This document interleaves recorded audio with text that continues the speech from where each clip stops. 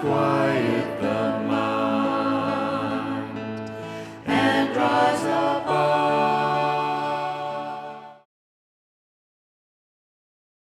Good morning.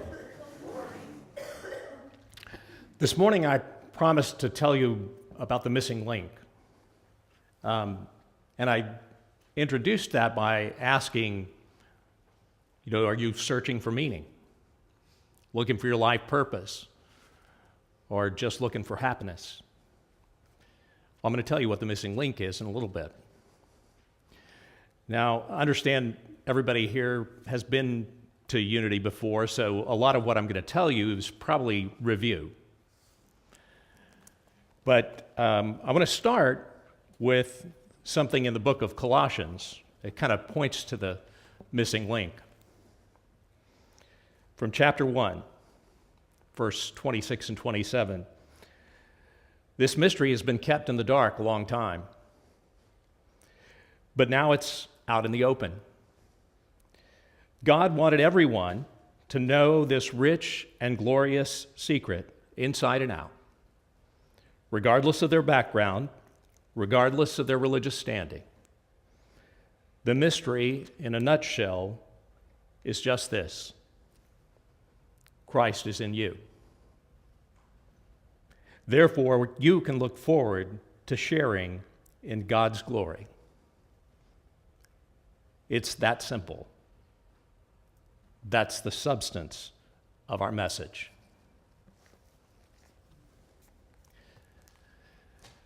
Charles Fillmore, one of the co-founders of Unity,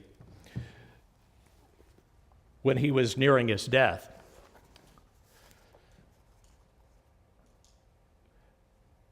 a story from the story of Unity. Once he asked a friend who came into his room, "Do you know what the most important words in the world are?" Friend shook her head. "No, Mr. Fillmore, I don't." Christ in you, the hope of glory. Those are the most important words in the world. He lay silent for a moment, and then he repeated, Christ in you, the hope of glory.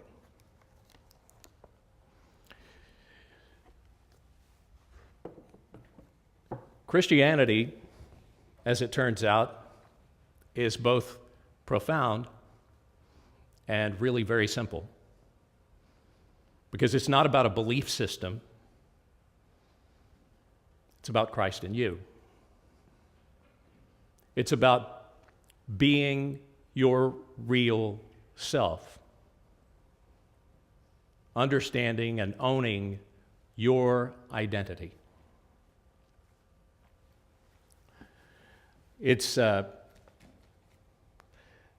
I'm trying something new today. I've got my talk notes on my phone. What is the real you? Well, one of the things that you can do is read Jesus' I am statements. And instead of thinking them as Jesus saying them, think of them as you saying them. I am the way, the truth, and the light. I am the light of the world.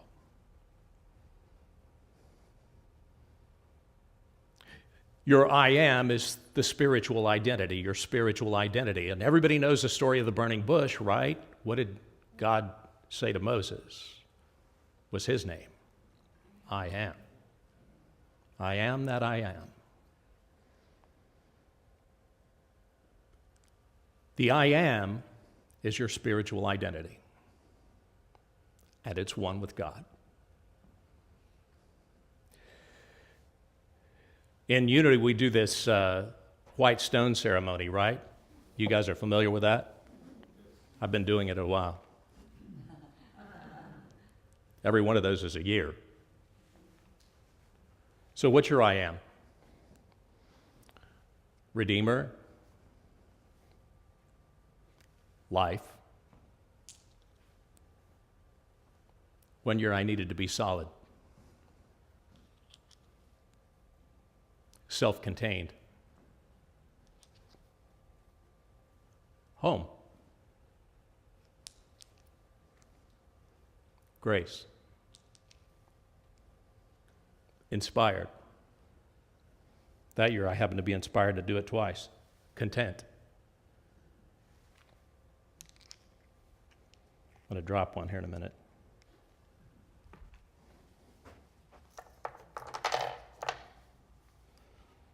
This year, I'm whole.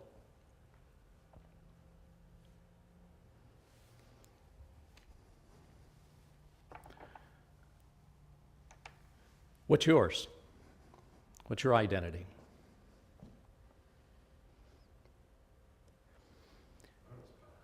What's that? Joy. Joy? Yeah. Love. Truth. So I was talking about identity and how Christianity is simple but profound. And one thing I've sort of come to the conclusion of, for myself at least, I really think of religion now as being the way the ancients talked about psychology. And if you're familiar with Carl Jung, you know about the self, right? The self, for me, the self and the Christ and my soul are all the same thing. And my goal in life is to show up as my soul. Christ sounds a little highfalutin. But really, if you come to understand that your real self and your soul and the Christ are all the same thing, then maybe you can own that. Maybe you can be that. We know in Unity that when we talk about the Christ, we're not necessarily talking about Jesus the man. You know, we don't have to be Jesus the man. We get to be what we want to be. And that, to me, is sort of like the key. One of my favorite psychologists these days is a woman named Susan David.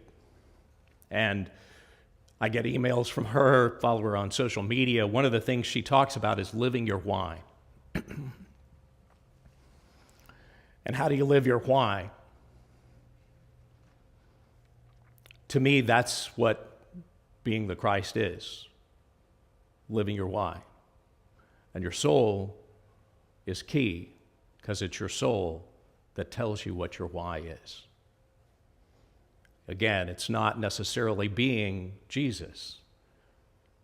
It's being true to you. It's you being, in the words of Abraham Maslow, self-actualized. Self-actualized. You. You get to decide. One year, one of the white stones I didn't share with you, because most of the time, you know, in the white stone ceremony, we talk about something you be, right, as opposed to something you do. But one year I said, and this was last year, by the way, choose. I choose. It's very powerful to choose. What really matters to you? What really matters to you? So Susan David, in one of her recent emails, she wrote a book called Emotional Agility, which I would highly recommend, by the way. But she says, I encourage you to take a few moments to identify the values that mean the most to you. I think I may have shared with you all one time before when I was here that I have narrowed mine down to 3. And I don't, you know, you can change them if you want to. They don't have to stay the same always, but mine have stayed pretty consistent for the last few years. Mine are compassion, knowledgeable understanding, and fairness.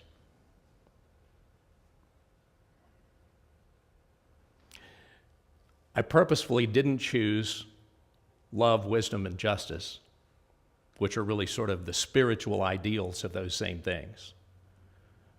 Because the words themselves mean more to me: compassion, knowledgeable understanding, and fairness, than those highfalutin words again, right? But that's mine. Those are mine. Deep down, what matters to you? What relationships do you want to build? What do you want your life to be about? How do you feel most of the time? What kinds of situations make you feel most vital? If a miracle occurred and the anxiety and stress in your life were suddenly gone, what would your life look like? And what new things would you pursue?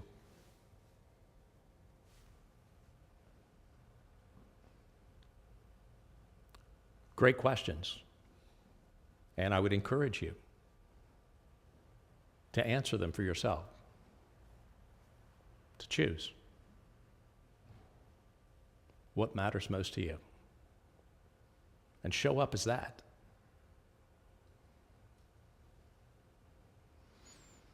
Again, you don't have to show up as the same thing always. Those of you who know my background know that I've lived about 9 lives already.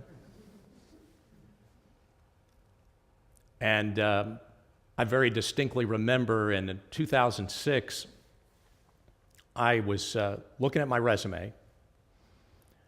I had a church, by the way, at that point in time, and was just closing it down because it didn't work out the way I wanted it to. The name of my church was Christ in You Fellowship. And I was sitting in front of my resume that day with it in front of me, and I had a great resume, but I had no idea what I was going to do next. And I literally just looked at my resume and cried. One of the cool things about this being the Christ is that you get to keep walking, and you get to, it's this world that we live in is kind of a self-correcting system. And if you're committed and willing and a little bit curious, just keep walking and keep digging. What you wind up doing or being somewhere down the line may not look anything like what you thought was going to be it. That's certainly been true for me. And I feel fortunate right now because the job I have now is probably the best job I've ever had. And I enjoy my life and what I'm doing now more probably than I have in a really, really long time, maybe ever. But we go through ups and downs. Just because we get to one space doesn't mean we don't have to keep walking. Doesn't mean it's going to be like that forever. Almost surely it won't. And you just keep walking until it happens again. But the thing about it is, if you know your values and you walk your values, you live your values, then you are happy. You are fulfilled. And you have meaning. You see, the missing link is really you. You're the link between your soul inside and showing up in the world as that, as the Christ, as your true self, self-actualized. And the reason you're happy and the reason you're fulfilled and the reason you're giving meaning is because the only place that any of this ever matters, for you at least, is inside. When you're true to yourself, when you're being consistent with your values, when you're living those, that's what makes you happy. All the stuff that happens out here, You may not have much control over that. But what you have control over is how you show up. And when you show up consistent with your soul's values, then you're happy. That's what makes you happy.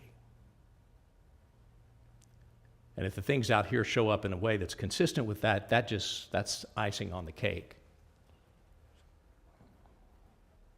And sometimes it will, sometimes it won't. But what's inside is what matters, and how you show up, and how you choose, what you choose, is the missing link for happiness, for fulfillment, for your life meaning.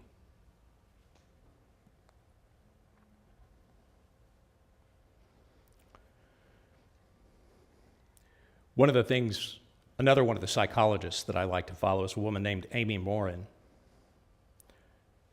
And she has 5 ways, she says, to develop the self-discipline you need to reach your goals, to show up as what you want to be. Acknowledge your weaknesses, create a clear plan, remove temptations, practice tolerating discomfort, that's a big one, and learn from your mistakes.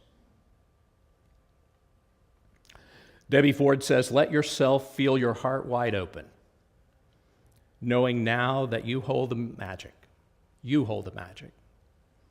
Whether it's a wand, a staff, the reins of your horse, or some other symbol that represents the authority you have claimed in the living of your life, let yourself feel your heart wide open, knowing now that you hold the reins. You hold the magic. You are the missing link. The Apostle Paul in Romans chapter 8 said, the creation waits with eager longing for the revealing of the children of God. That's you. God bless you.